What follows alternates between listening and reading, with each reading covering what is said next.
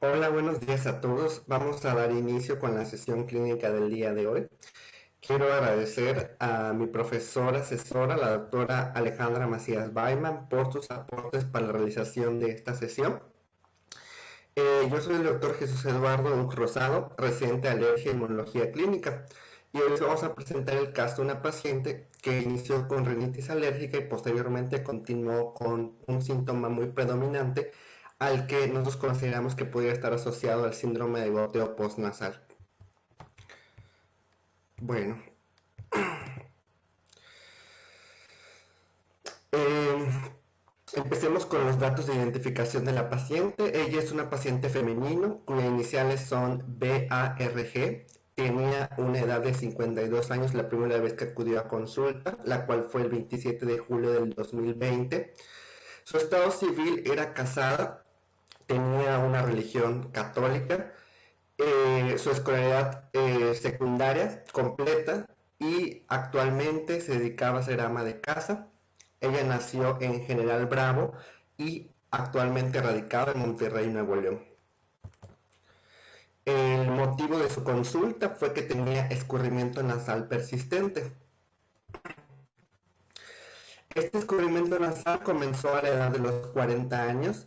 Refiere ella que había presentado rinorrea hialina diaria, tanto anterior como posterior.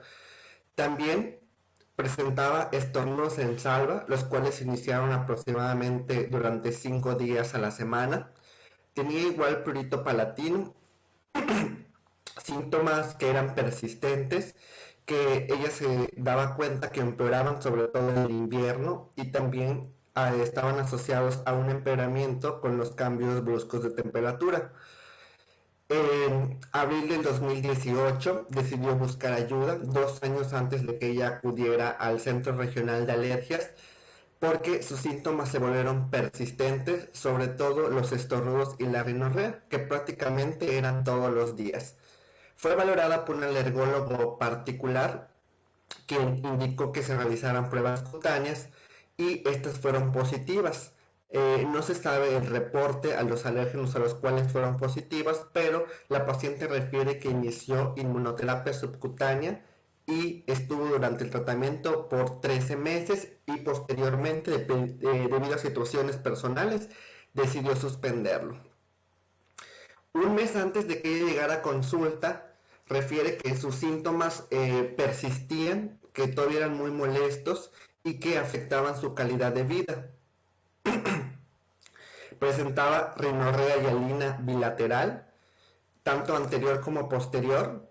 No había predominio de horario de esta rinorrea, refería que era prácticamente durante todo el día y la refería como una rinorrea durante todos los días de la semana.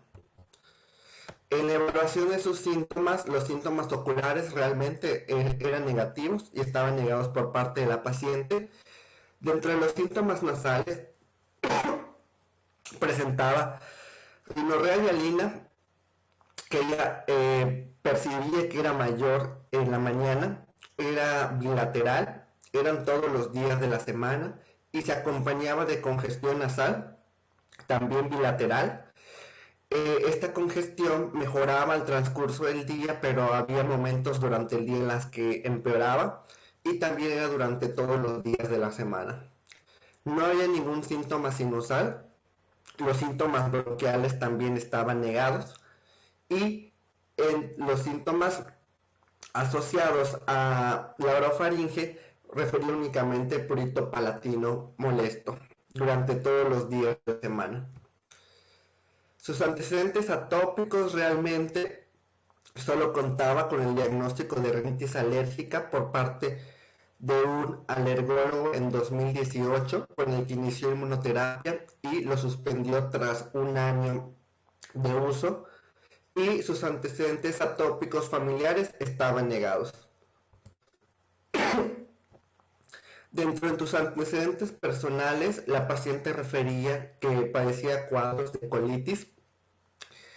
Eh, Tenía también antecedentes de 2 cirugías, la primera una colecistectomía y también el retiro de un fibroadenoma, el cual se consideró benigno tras los análisis de biopsia. Tenía tabaquismo y alcoholismo negados y refería que padecía episodios depresivos en tratamiento con amitriptilina a dosis bajas a 25 miligramos cada 24 horas y que este tratamiento ya lleva prácticamente 9 años y que había continuado porque también le había ayudado con sus síntomas de la colitis. Sus antecedentes ginecobstétricos refieren a menarca a los 16 años, sus ciclos regulares y un embarazo en una ocasión que concluyó como una cesárea sin ninguna eventualidad. Sus antecedentes heredofamiliares por parte de sus abuelos no hay ningún antecedente de importancia, todos eran negados. Los padres, su madre padeció y falleció de cáncer colorectal y sus hermanos no tenían ningún antecedente de importancia. En los antecedentes importantes para investigar dentro de su ambiente, en el hogar ella refirió vivir en una vivienda urbana, no tenía mascotas, tenía acceso al aire acondicionado cuyo mantenimiento era de manera anual, cohabitaba con 2 personas, un esposo y un hijo, y en su domicilio no contaba con pasto, pero refiere que tenía jardín con presencia de árboles y alfombras y tapetes en la casa. Dentro del ambiente negó cercanía con arroyos, fábricas y avenidas transitadas y refería que estaba cercana a un parque, pero que realmente no lo frecuentaba. Las condiciones de su habitación, ella compartió la habitación con su esposo y refiere que el colchón en el cual dormía tenía de 2 a 3 años de uso. Su habitación estaba completamente alfombrada y el aseo de las sábanas era de manera semanal. En lo que refiere a su exploración física, a grandes rasgos en la cabeza no se encontraba ninguna alteración anatómica evidente. En la nariz la mucosa se encontraba pálida, había puentes hialinos con crecimiento bilateral de ambos cornetes, estimado en un 40%, una faringe hiperémica y también en el tórax no había realmente ningún dato que asociara a alguna patología específica. Tenía adecuados movimientos respiratorios, eran simétricos, no había tiraje intercostal y tampoco se escuchaba ningún ruido anormal. El corazón igual, sin alteraciones. Y lo mismo para piel y anexos, que no había alteraciones ni lesiones. Llama la atención en los signos vitales que aparentemente están dentro de parámetros de normalidad.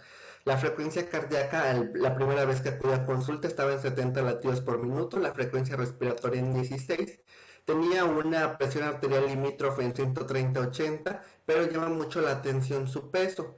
El peso de la paciente para su edad era de 46 kilos y tenía una talla de 1,70, lo cual le confiere un IMC de 15.9. Que si nosotros nos basamos en las gráficas y en las tablas para el índice de masa corporal, pues realmente le queda limítrofe a una desnutrición. En ese momento y por los antecedentes se consideró muy objetivo el diagnóstico de rinitis alérgica y se le volvieron a realizar pruebas cutáneas a la paciente para volverle a recomendar el inicio de la inmunoterapia y eso pudiera mejorar sus síntomas. Las pruebas cutáneas salieron positivas el día de su consulta a Synodon, a Amaranthus, a Phleum, a Quercus y a dermatofagoides, y este reporte se hizo mediante cruces. Posteriormente a su primera consulta fue diagnosticada como rinitis alérgica leve persistente y se indicó que se realizara aseos nasales junto con un esteroide intranasal y también con el uso de antihistamínicos. Se inició en ese momento inmunoterapia a los alérgenos a los cuales resultó ser positiva. La paciente continuó regresando a la consulta durante el tiempo en el que se atravesó la pandemia, hubo consultas a las que no pudo asistir, pero aún así se acudió por otra persona para recoger la inmunoterapia. Pero durante todas esas consultas, la paciente siempre refirió que tenía todavía la persistencia de un síntoma que anteriormente igual era muy molesto y que incluso eso había hecho que también sospechara que la inmunoterapia no le hacía efecto. En resumen, les voy a presentar la consulta del 27 de febrero, que son 6 meses después, que es muy similar a las otras consultas anteriores que la paciente había tenido. En su interrogatorio, ella siempre refería que tenía una descarga retronasal durante todos los días, que tenía acumulación de moco en la garganta y que sentía una irritación faríngea, además de la persistencia de síntomas nasales como era el prurito nasal y la descarga, que era lo que más le molestaba. En su exploración física se observó una faringe granular, sí se evidenciaba en ese momento la descarga, y también el resto de la exploración física no había ninguna alteración o ninguna anormalidad. Sus signos vitales se mantenían dentro de parámetros de normalidad y la temperatura siempre se mantenía bien junto con los demás signos vitales.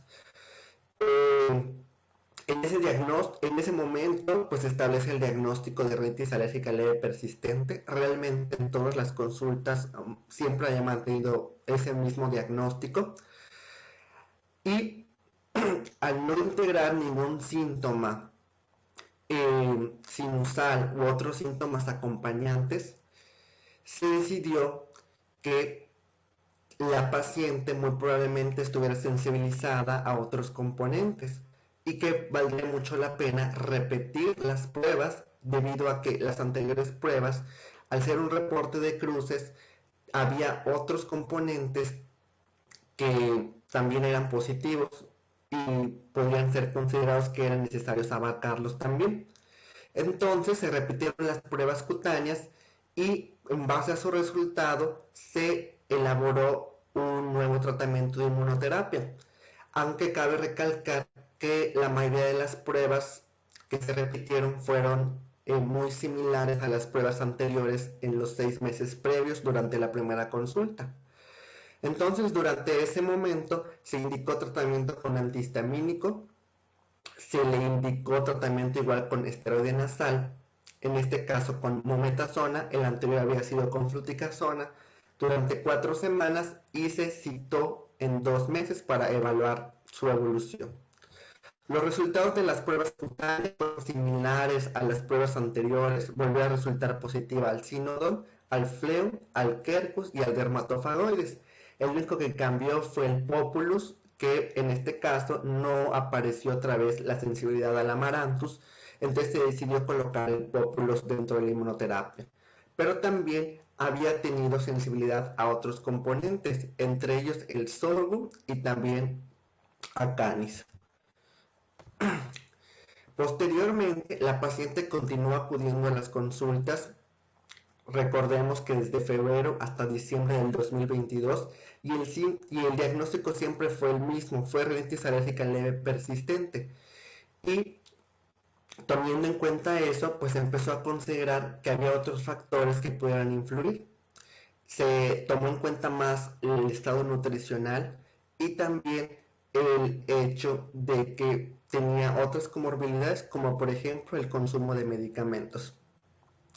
A pesar de ello, pues realmente nunca mejoró el síntoma y persistía sobre todo con una sensación de moco en la parte posterior de la faringe.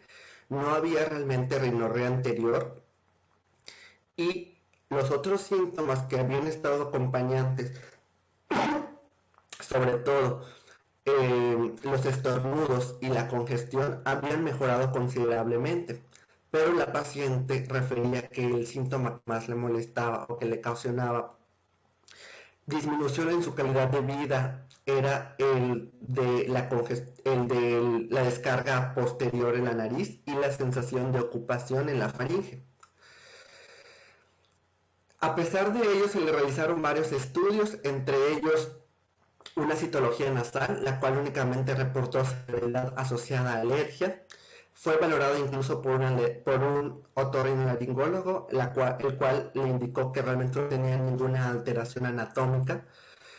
Y posteriormente a estas intervenciones y a las modificaciones del tratamiento, en su última consulta en diciembre del 2021, la paciente acudió para decidir que ya no quería otra vez aplicarse la inmunoterapia, porque sentía que el síntoma que ella más le molestaba, que era la descarga posterior, no había mejorado.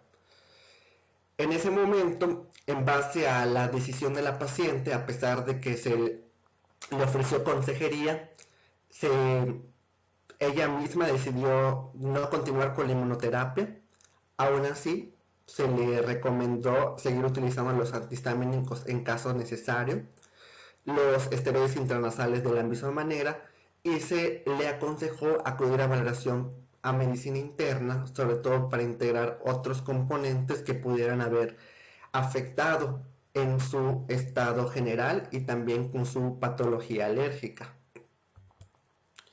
Bueno, dentro de los síntomas que refería la paciente, haciendo una revisión para buscar algún tratamiento en el cual podamos ofrecerle para mejorar su condición, había un diagnóstico que es muy poco común y muy poco utilizado que se llama síndrome de goteo postnasal y que según la bibliografía este puede ser una manifestación muy característica de la rinitis o incluso pudiera ser una asociación de un síntoma que en realidad pudiera deberse a otra patología más específica.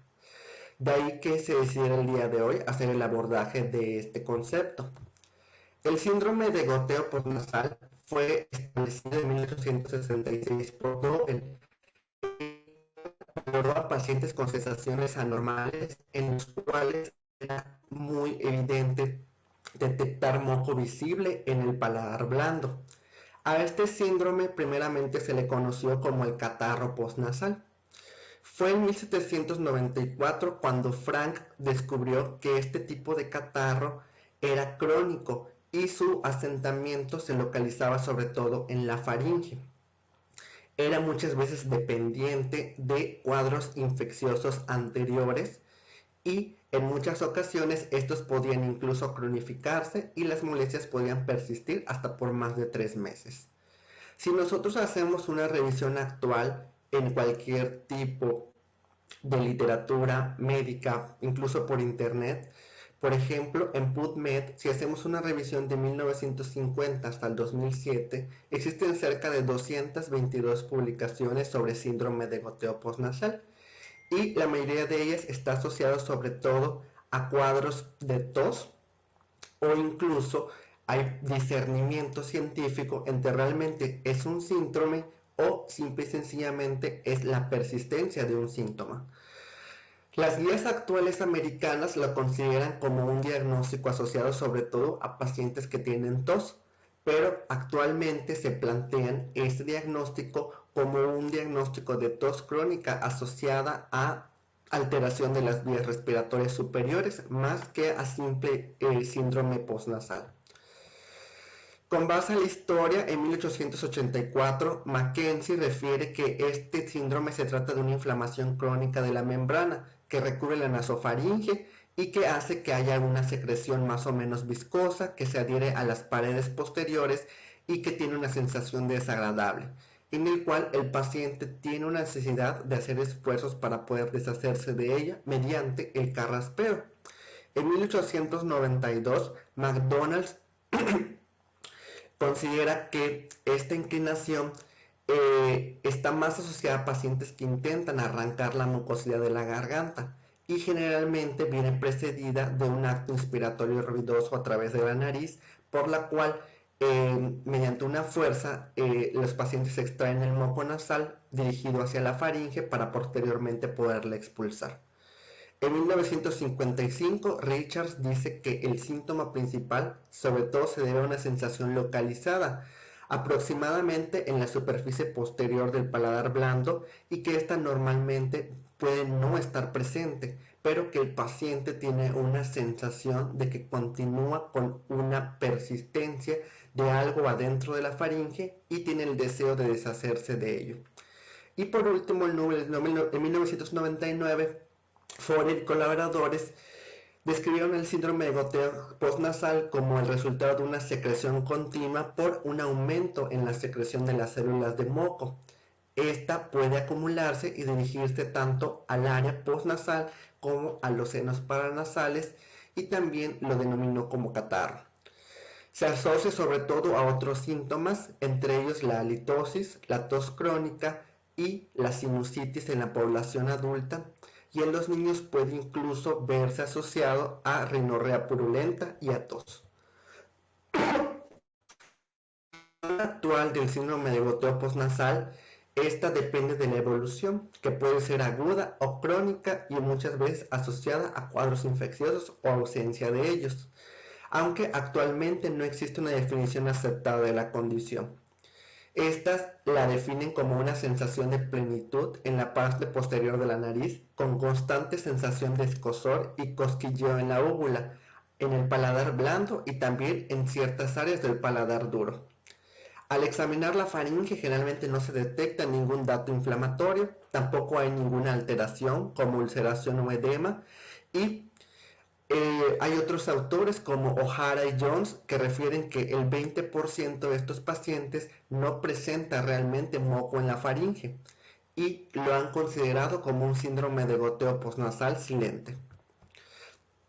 Si hablamos del síndrome de goteo postnasal, hay otra entidad que se llama globofaringio que también está muy asociada y que también pudiera estar sobre todo acuñada a otros términos o a otra sensación subjetiva que los pacientes pueden referir como síndrome de goteo postnasal. En el globofaringio los pacientes sienten que hacen tragos vacíos. Por lo mismo, esa sensación de liberar algo que está obstruyendo la faringe la relaciona mucho o tiene una relación muy estrecha con el síndrome de goteo postnasal. Estos síntomas generan un nudo en la garganta, a veces una opresión o una necesidad de aclarar la misma. La mitad de la población ha experimentado en algún momento este síntoma y generalmente es predominante en mujeres. Los síntomas pueden aparecer y reaparecer con el tiempo y tienen una resolución espontánea en aproximadamente 3 meses. Generalmente se suele valorar con la escala de síntomas de garganta de Edimburgo, la cual tiene varios componentes, entre ellos los síntomas de obstrucción, dificultad para pasar alimentos, sensación del cierre de la garganta, sensación de moco en la faringe y también síntomas intermitentes comunes, sobre todo asociados a síntomas sinusales o otorrinolaringológicos en un 55% y sensación de moco en la garganta. El 70% de los pacientes, que es un dato muy característico del globofaringio, es que no van a presentar ningún tipo de dolor. Si continuamos hablando de estos términos, realmente la literatura internacional está muy dividida con respecto al uso del término del síndrome de goteo postnasal. En Estados Unidos este término es ampliamente utilizado y todo va a depender sobre todo de las características de la población, que en realidad sí lo puede referir como un síntoma subjetivo. Esto se debe también a una asociación franca en la incidencia alta con la tos, y en otros lugares, por ejemplo en Europa, pues es un término poco utilizado y muchas veces está infradiagnosticado o está muy poco reportado en la literatura. Con respecto a su epidemiología, esto es variable dependiendo del discernimiento entre que si es un síntoma puro o también es la asociación de muchos otros factores. Generalmente está mayormente reportado en Estados Unidos, asociado sobre todo a tos crónica, y es menos frecuente en Europa, por lo que habíamos comentado antes, el poco uso del término. Hay estudios de investigación, uno realizado con 893 encuestas durante 6 meses, que refiere a una estadística poblacional de 50% en Estados Unidos y de al menos un 25% en el Reino Unido. Hay cifras menores del reporte de estos diagnósticos en países como la India y Brasil. ¿A qué se debe? Se debe sobre todo, bueno, los estudios refieren que se debe a un cambio en el aclaramiento mucociliar y este puede deberse a varias etiologías o varios factores, entre ellos los más comunes de manera aguda y que pueden tener tendencia a la cronicidad son los resfriados comunes o las infecciones por virus, bacterias u hongos. Las condiciones ambientales, los cambios bruscos de temperatura asociados a frío y calor, y también el micro y macroambiente, entre ellos la asociación sobre todo al ambiente seco y a la persistencia del polvo en el ambiente del paciente y otros datos u otras enfermedades asociadas como el hipotiroidismo. Esta hipersecreción de moco se va a deber a múltiples factores, tanto genéticos como ambientales y también por parte de estímulos. Los estímulos principales van a ser las infecciones respiratorias y también los alérgenos y otras sustancias tóxicas que se encuentran en el ambiente. Las características o las enfermedades prototipo van a estar asociadas también como comorbilidades, entre ellas el asma, la bronquitis crónica y también la enfermedad pulmonar obstructiva crónica. Esta condición puede deberse a la activación crónica de un fenotipo hipersecretor propio del paciente con activación específica y crónica de las células caliciformes, que son las que producen moco junto con las células submucosas y las células epiteliales. El componente genético también juega un papel muy importante. Se ha establecido que hay muchos genes importantes en la producción del moco y sobre todo en los componentes de este. Entre ellos los más importantes van a ser los genes productores de mucina, que son activados por el MUC5A a través de las células submucosas que manifiestan su efecto aumentando la hipersecreción de moco y también el MUC5B que actúa bajo las células caliciformes. Estos son los inmunofenotipos más característicos de hipersecreción de moco y son muy dependientes incluso de su activación a la exposición crónica a partículas, como ya hemos mencionado, alérgenos, irritantes y patógenos. Es necesario entender también que puede estar asociado a otros factores, entre ellos la afectación de los senos paranasales y también a enfermedad por reflujo gastroesofágico. Si nosotros sospechamos de afectación de senos paranasales, hay que buscar si la causa está atribuible a hiperplasia de la mucosa o a recubrimiento de los cornetes inferiores. Dentro de estas causas etiológicas, la más importante va a ser la hiperplasia de los cornetes. Esta hiperplasia va a generar un aumento en la producción y en la función de las células que recubren la mucosa normal de estos cornetes, generando una secreción nasal abundante en la mayoría de las condiciones ambientales. Y para hacer el diagnóstico muchas veces se requiere de descartar alguna causa relacionada con senos paranasales, que va desde características clínicas hasta el uso de otras herramientas como hacer una endoscopía o una rinofibroscopía nasal y también el uso a veces de tomografía que nos puede indicar el engrosamiento de la mucosa y de la pared o incluso para discernir si realmente se trata de una hiperplasia de los cornetes, que quiere decir que ya es una inflamación o un engrosamiento ya establecido, o únicamente se trata de un procedimiento inflamatorio agudo, se puede realizar la prueba de la oximetazolina al 0.05%.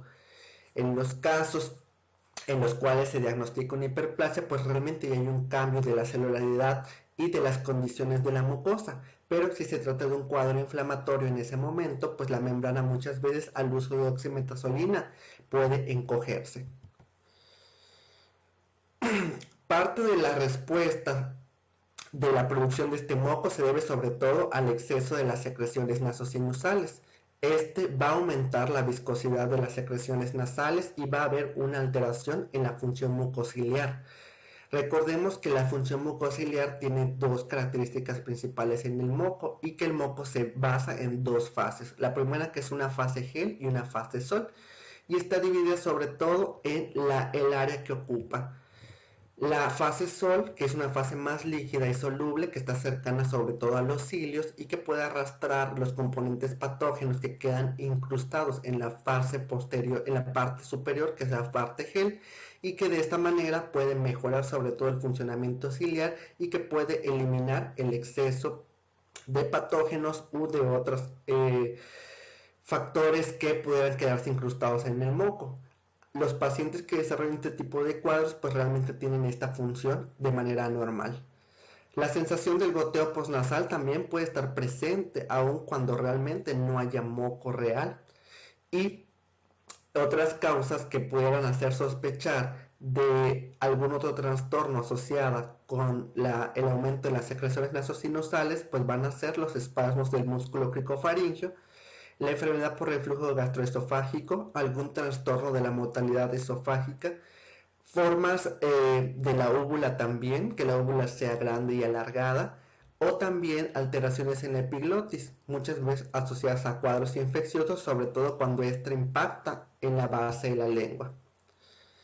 La función de, si hablamos un poquito más sobre las condiciones del moco, pues su función la barrera y esta va a expresar ciertas relaciones inmunes de respuestas localizadas. También tiene una protección sobre todo contra determinados patógenos que son muy característicos de afectación, entre ellos el Staphylococcus aureus, rinovirus y el Haemophilus influenza. Y hay ciertos estudios que han relacionado que esta expresión de la infección por influencia podría variar dependiendo de cada organismo. Por ejemplo, en la variación en la producción de IgA específica para el virus de influenza. Recordemos que la IgA muchas veces su función al encontrarse en el moco es atrapar ciertos patógenos y disminuir su componente de patogenicidad. Otros autores como de Latours y colaboradores mostraron que en los adultos con infección por el virus de la influenza expresaban un aumento en el transporte, sobre todo nasal, de Streptococcus pneumoniae y también de Staphylococcus aureus. Esto motivado muchas veces por la acción de las inmunoglobulinas. Hay que hablar también del proteoma nasal, sobre todo del moco, para evaluar que en muchos pacientes puede este ser un mecanismo de defensa más que considerarlo como un síntoma contrario o que disminuye sobre todo su calidad de vida.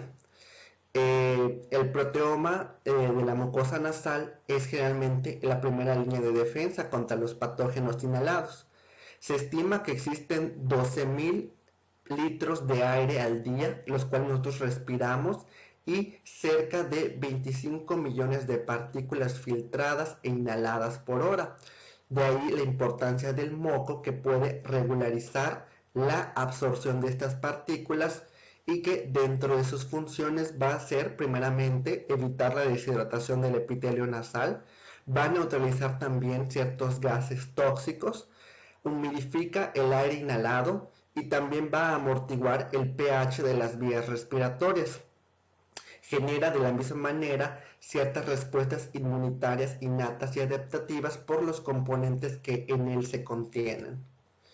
Los componentes del moco nasal y de su proteoma van a ser, recordemos que básicamente el moco nasal está compuesto de agua, pero también tiene ciertos componentes formes, como entre ellos las proteínas, las más importantes, la lisozima, la lactoferrina y ciertas inmunoglobulinas que están localizadas, que son la inmunoglobulina A, E, G y la albúmina.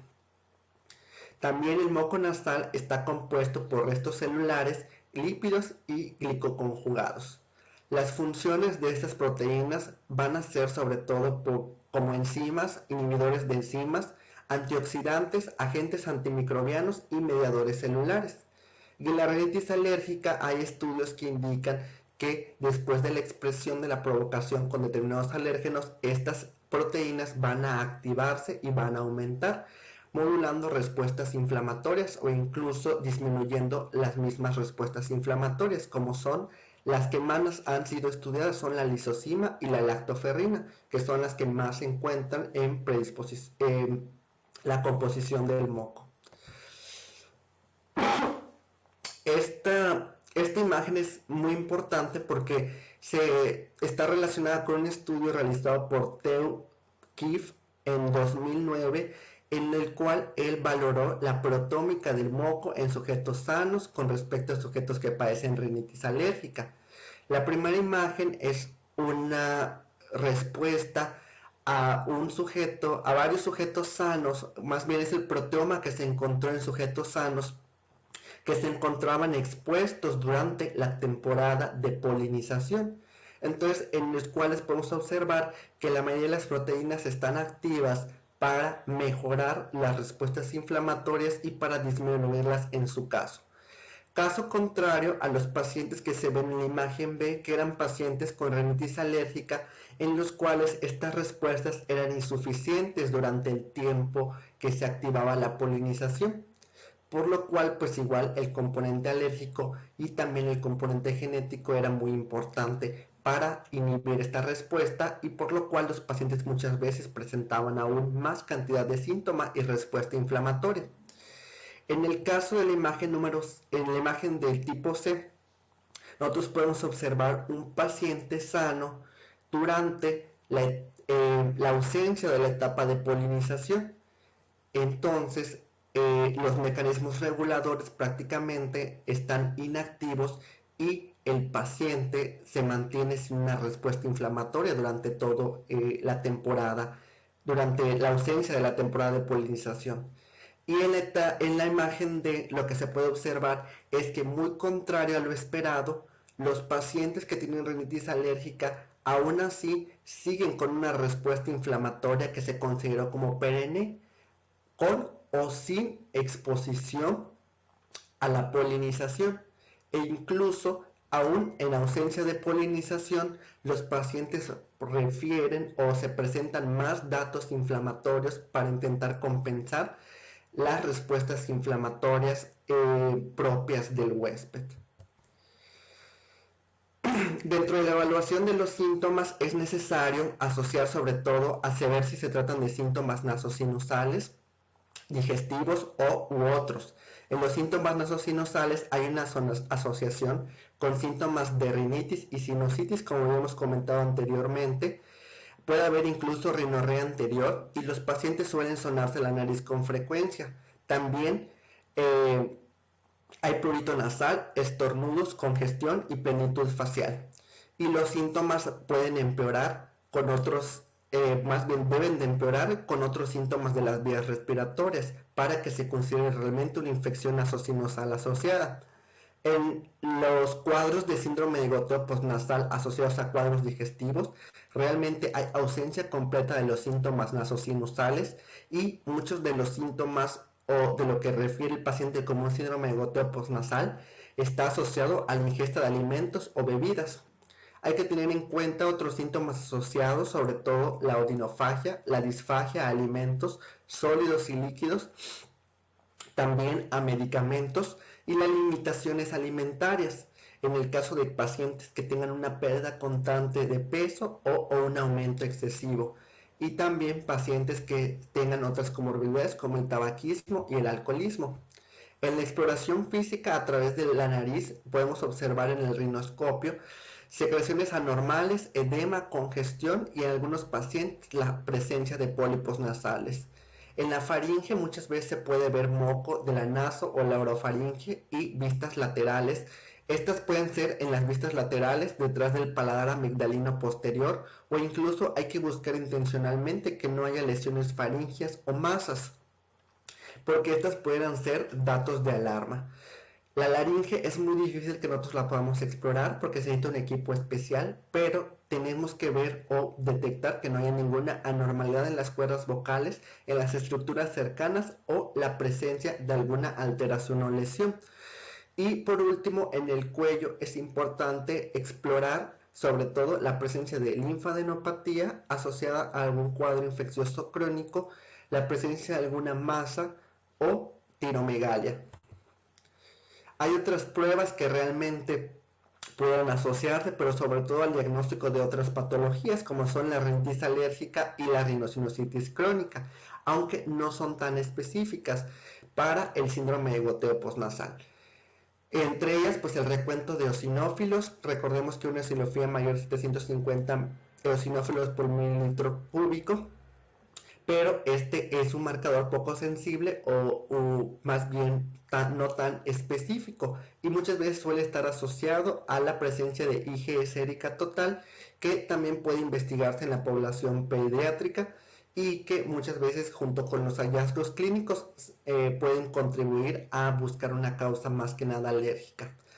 Para buscar una causa sinusal suele emplear la citología nasal. Este es un análisis de la mucosa o la secreción nasal y eh, puede darnos varias variantes, sobre todo la presencia de celularidad asociada a cuadros inflamatorios, descartar que no haya ningún proceso infeccioso activo o predominio de células eosinofílicas o de células cáliz que nos pueden sugerir patología alérgica, aunque la ausencia de esta junto con los síntomas muy sugestivos en el paciente no la descarta. Actualmente no hay ninguna prueba estandarizada o ningún cuestionario que nos ayude a diagnosticar síndrome de goteo postnasal, sino que básicamente serían características clínicas. Diferenciales, hay varias causas. Las principales van a ser la rinitis alérgica y no alérgica, la sinusitis crónica y ciertas infecciones virales y bacterianas. Las causas de goteo postnasal pueden ser descritas de dos maneras. Pueden ser divididas dependiendo de la edad, en niños y en adultos.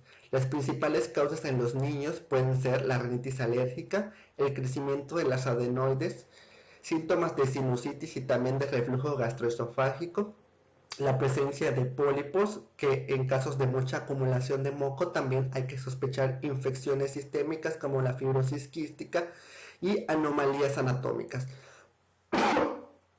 la disfunción mucociliar y también ciertas inmunodeficiencias, sobre todo en pacientes que hayan tenido cuadros repetitivos infecciosos sinusales. Y en pacientes adultos, otra de las cosas más importantes del síndrome de goteo postnasal van a ser la rinitis alérgica, la sinusitis, la presencia de pólipos, anomalías anatómicas, la exposición a toxinas o al humo de cigarro y, en menor frecuencia, la rinitis senil y la rinitis atrófica. El tratamiento del síndrome de goteo postnasal se trata básicamente de buscar la causa subyacente o la enfermedad que está generando la persistencia del síntoma y tratarla una vez identificada. El pilar o el tratamiento inicial serían los aseos nasales con soluciones alcalinas suaves. También está recomendado el uso de ciertos antihistamínicos y descongestivos, y en pacientes en los cuales haya evaluación molecular, en los cuales se haya diagnosticado un inmunofenotipo hipersecretor, hay ciertos estudios en proceso que evalúan la efectividad de los antagonistas de los receptores de quimiosinas, tanto para CXCR1 como para CXCR2. En el caso de que se sospeche de enfermedad por reflujo, la enfermedad debería de tratarse de manera empírica con modificaciones del estilo de vida en el paciente y terapia supresora de ácido por al menos 3 meses. En caso de que la asociación o la causa patológica esté más asociada a sinusitis crónica, el tratamiento se basa en antihistamínicos orales e intranasales, también en esteroides nasales, en el uso de mucolíticos, y hay cierta bibliografía que incluso recomienda el uso de inhibidor de los leucotrienos porque se cree que hay una respuesta inflamatoria mediada sobre todo por bradicininas, aunque hay otros estudios que no lo recomiendan. Recordemos que dentro del tratamiento hay otros antihistamínicos que son perjudiciales, sobre todo los de primera generación, que tienen más efectos adversos colaterales y también desaconsejan el uso de descongestivos orales. Hay estudios que incluso mencionan que la solución salina de alto volumen es mejor que recomendar al paciente únicamente hacerse aseos nasales con aspersiones sencillas, sobre todo por la movilidad del moco que tiene mayor producción. Hay otro estudio que realizó Macedo y colaboradores en el cual evaluó la fluticasona, la acelastina y el hipatropio para mejorar sobre todo las condiciones del síndrome de goteo postnasal durante 4 semanas, pero en realidad no hubo ningún otro cambio con respecto a este síntoma a los otros asociados a los síntomas de la rinitis, por lo cual concluyó que no hay un tratamiento no hay un tratamiento específico para tratar algunos síntomas subjetivos del paciente, entre ellos el síndrome de goteo postnasal. Si hablamos del pilar o el que más se ha demostrado que puede ayudar al paciente, que son los aseos nasales, se ha hecho estudios comparativos entre el uso de aseos nasales simples con solución salina y con agregados como ácido hialurónico. En los casos de agregados de ácido hialurónico existen dos formas según su peso molecular. Existen de alto peso molecular, los cuales tienen más de 130 kilodaltones y que expresan mayor viscosidad, mayor tiempo de resistencia y mayor biocompatibilidad. Y su función sobre todo se ha relacionado a un papel más que nada antiinflamatorio y reparador de la mucosa nasal. Este estudio comparativo de Ciofalo y colaboradores en 2017 evaluó el ácido hialurónico y la solución salina versus la solución salina sola y no encontró cambios significativos en la celularidad, pero en una escala de valoración análoga sí había una mejoría con respecto a lo que refieren los pacientes en el síndrome de goteo postnasal con respecto a los que habían utilizado ácido hialurónico. Si hablamos del tratamiento quirúrgico, este únicamente es en casos específicos en los cuales la patología que genera los síntomas ya se ofreció tratamiento y este fracasó, en el cual el paciente se ha abordado de otras comorbilidades y el componente inflamatorio, sobre todo en los cornetes, persiste y es mayor.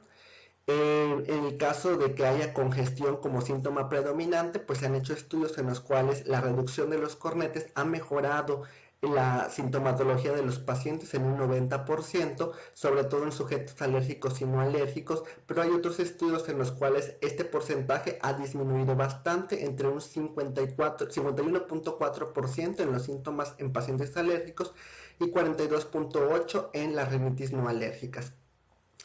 Esto va a depender sobre todo de un procedimiento a criterio del cirujano y se ha asociado a una reducción en los síntomas de alergia en algunos casos porque se reduce el tejido y este reduce los puntos de contacto con el alérgeno.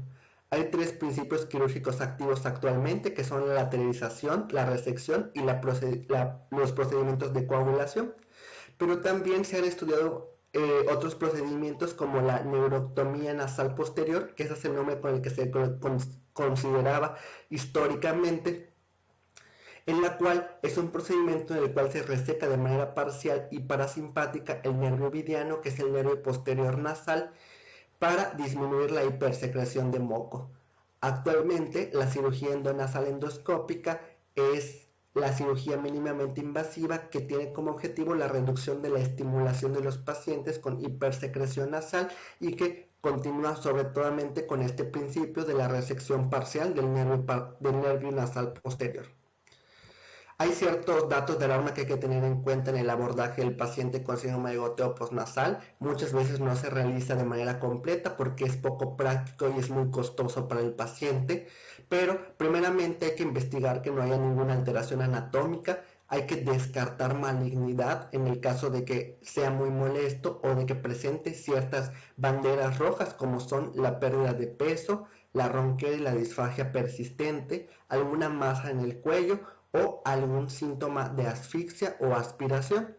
Y en algunos casos realmente no es posible la remisión completa de los síntomas, entonces es necesario la educación y la ayuda al paciente con mecanismos de afrontamiento que van a permitir que se adapte a situaciones somáticas. Hablamos un poquito también del efecto de la amitriptilina porque es algo que llamó mucho la atención en el caso de la paciente, y la amitriptilina puede utilizarse en dosis bajas para mejorar los síntomas gastrointestinales y de disfunción mecánica, pero también puede ser utilizado para fines psiquiátricos en dosis establecidas. Este estudio mostró que en 34 pacientes con dosis bajas de amitriptilina para mejoría del reflujo gastroesofágico y del globo faríngeo versus el uso de 40 miligramos de pantoprazol por 4 semanas mediante la valoración por escala de síntomas faríngeos de Edimburgo, mostró que los pacientes mejoraban parcialmente para los síntomas de globo faríngeo y de reflujo, pero presentaban varios efectos adversos, sobre todo en los días 8, 15, 22 y 29, que fueron bastantes días para los que se realizaron los estudios. Los efectos adversos más característicos reportados por los pacientes al uso de amitriptilina fueron sequedad en la boca, mareos y estreñimiento.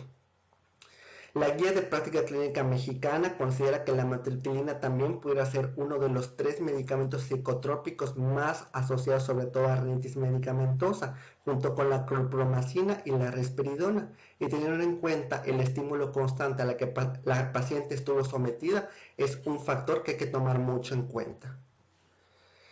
Las recomendaciones de este caso clínico van a ser que primeramente hay que diagnosticar adecuadamente y tratar las patologías subsecuentes. En el caso de la paciente tenemos varios diagnósticos que tendríamos que valorar intencionalmente, como son la propia rinitis alérgica, la rinosinusitis crónica, también la enfermedad por reflujo, sobre todo por el uso concomitante de medicamento, en este caso el antipsicótico, y el estado nutricional de la paciente, que también llama muchísimo la atención. Recordemos que una de las banderas rojas era la pérdida de peso o incluso el aumento y la deficiencia de nutrientes por mantenerse en un estado de desnutrición constante, que la paciente refirió que prácticamente ella había sido así durante toda su vida, pero sí es algo que llame mucho la atención y habría que descartarlo con un diagnóstico nutricional, y su cuadro de depresión, de realmente si su medicamento es necesario que todavía lo continúe o puede haber otras alternativas terapéuticas.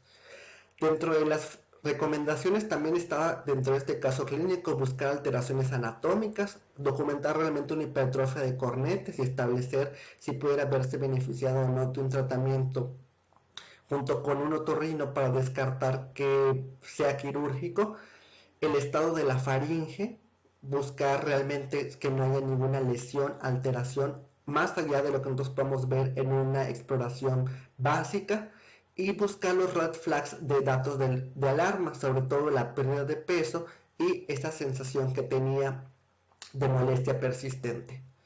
En la ingesta de medicamentos ya habíamos visto que la amitriptilina durante 11 años puede jugar un papel muy importante, sobre todo por los efectos adversos de este medicamento, pero también por los efectos que pudieran potencialidad, porque la amitriptilina también es un medicamento que pudiera potencializar también los síntomas de enfermedad por reflujo y tener una enfermedad por reflujo silente, que fuera lo que realmente pudiera tener la paciente.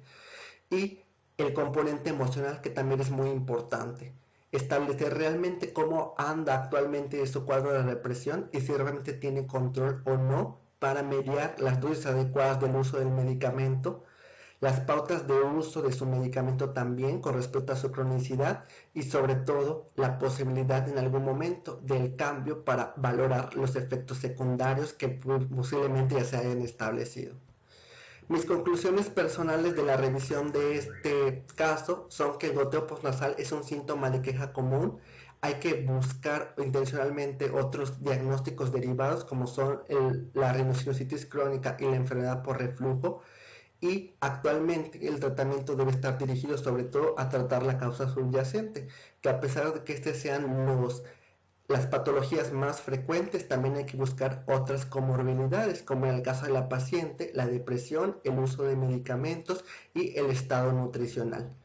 La mayoría de los pacientes suelen tratarse sin una evaluación diagnóstica exhaustiva, pero en pacientes que no responden al tratamiento convencional o pacientes en los cuales se activan las banderas rojas con alta sospecha de malignidad, es necesario realizar un protocolo completo para descartar estas patologías y dirigirlas sobre todo a la evaluación de otros especialistas para descartar causas que puedan tratarse cuando tengan un diagnóstico oportuno.